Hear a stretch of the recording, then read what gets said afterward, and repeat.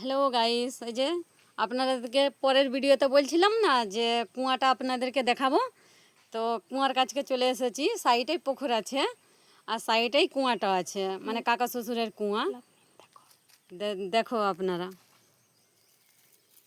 এই যে কুয়া, এই যে কুয়াতে ফাইনাল হয়ে গেছে। এখনও বেশি মোটামুটি মানে এখনও 2-4 দিন লাগবে ফাইনাল করতে, মানে হবে না পলস্তরারে, তখন পুরো ফাইনাল হয়ে যাবে। এখন তৈরি হচ্ছে, দেখছেন সব মানে জঙ্গল ঝাড়, খালি এধার দিয়ে খালি জঙ্গল ঝাড়েই দেখতে পাবেন আপনারা।